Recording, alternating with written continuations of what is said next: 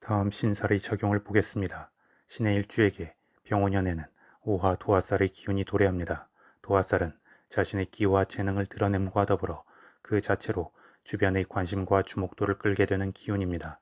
그리고 이 오화 도화살의 기운이 일간 신금에게는 편관이 되기 때문에 명예와 직위, 권위 등에서 그 기운이 살아날 수 있습니다.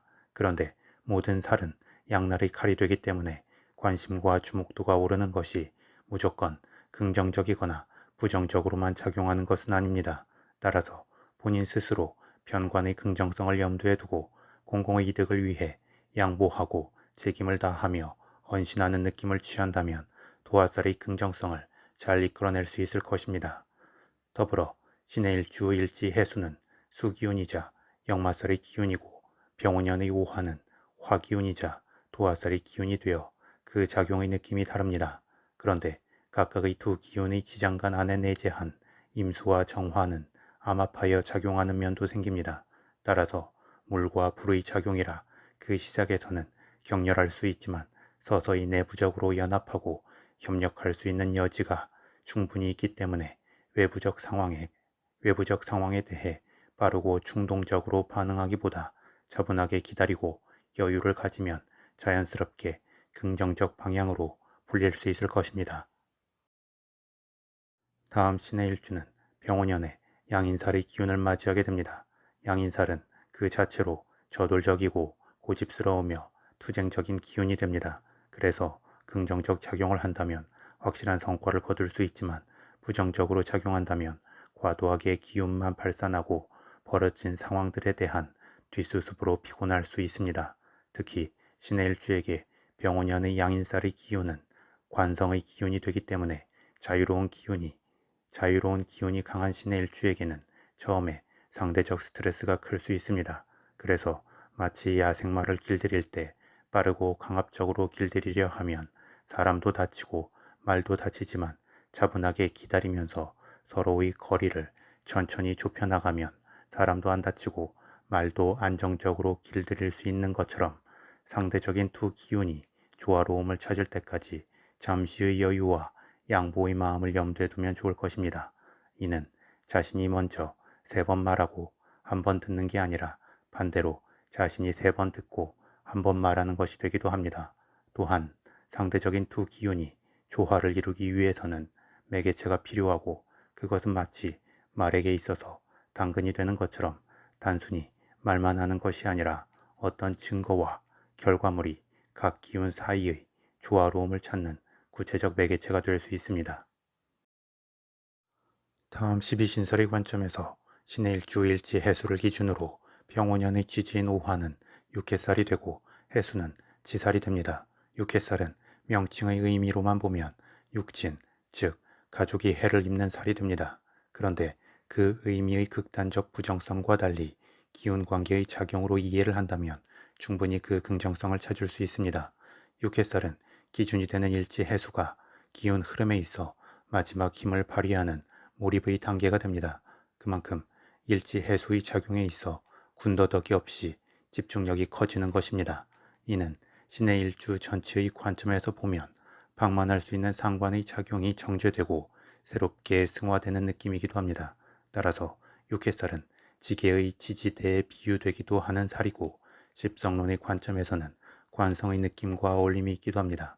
그런 만큼 일간 신금을 기준으로 병오년의 오화 육해살의 기운이 편관이기 때문에 본인의 기존 흐름을 양보하고 주변을 위해 일부 지지대의 역할을 하면서 헌신한다면 긍정성이 배가 될 수 있습니다. 무속에서 육해살의 방향을 무언가 염원하는 기도의 방향으로 정한 것도 그러한 이유가 됩니다. 그리고 이는 신의 일주 본인의 직업적 특성에서 봉사와 관련된 직업을 선택하는 것도 되지만 기존의 직업에서 공공의 책임을 떠안고 자신의 기운을 나누는 것으로도 충분합니다.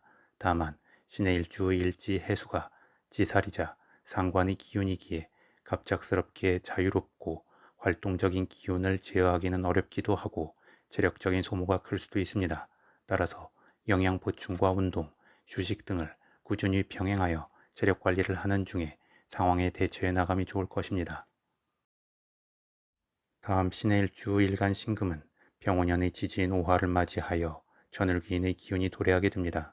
천을귀인의 기운은 그 자체로 인생 복락을 주는 기운이 아니라 마치 배의 균형을 잡아주는 자이로스코프와 같은 기운이 됩니다. 그만큼 한쪽으로 휩쓸릴 수 있는 상황에서 다른 쪽 힘의 작용을 통하여 균형감을 유지하게 해주고, 그러한 균형감이 극단적 부정성을 방어해주기에 안정적이고 평탄한 느낌을 형성하게 됩니다.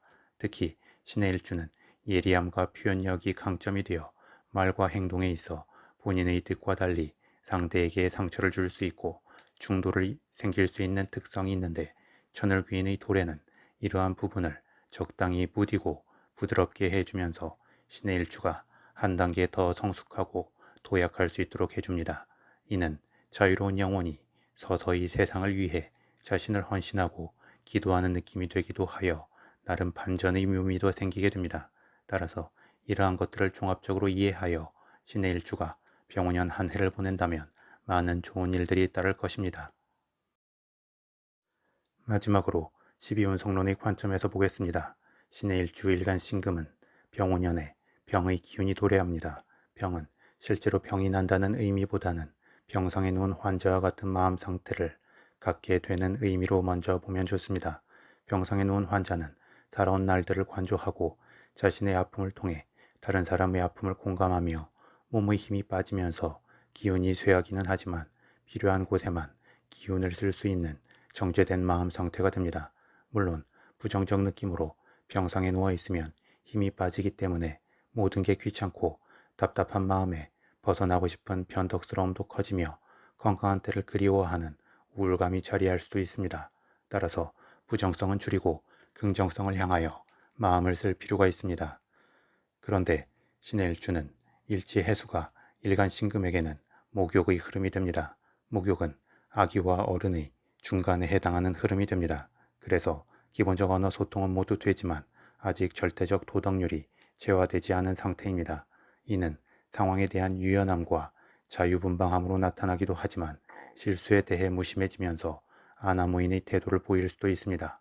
더불어 신의 일주에게 이 목욕의 흐름에 해당하는 일지 해수가 상관의 기운인 만큼 목욕의 느낌과 가장 잘 어울리는 면이 있기도 합니다. 그래서 신의 일주는 기본적으로 자신의 생각을 표현함에 있어서 자유로움과 확신이 있고 자신이 나아가는 길에 대해서 비판이나 저항을 받는 것을 거부하게 되며 자신이 마음먹은 대로의 리듬을 탈 때 무섭게 질주할 수 있기도 합니다. 그리고 이 목욕의 기운은 적절한 방향성과 절제가 함께 할 때 더욱 긍정적 발현을 하게 되는데, 병오년에 병의 흐름이 도래하는 것은 신의 일주의 목욕의 흐름에 있어 충분히 서로에게 긍정적일 수 있습니다. 즉, 발랄한 느낌의 목욕은 병의 기운을 통해 차분함과 정제됨이 생기고, 다운되는 느낌의 병은 목욕을 통해 활기찬 느낌을 받으면서 희망을 품게 되기 때문입니다.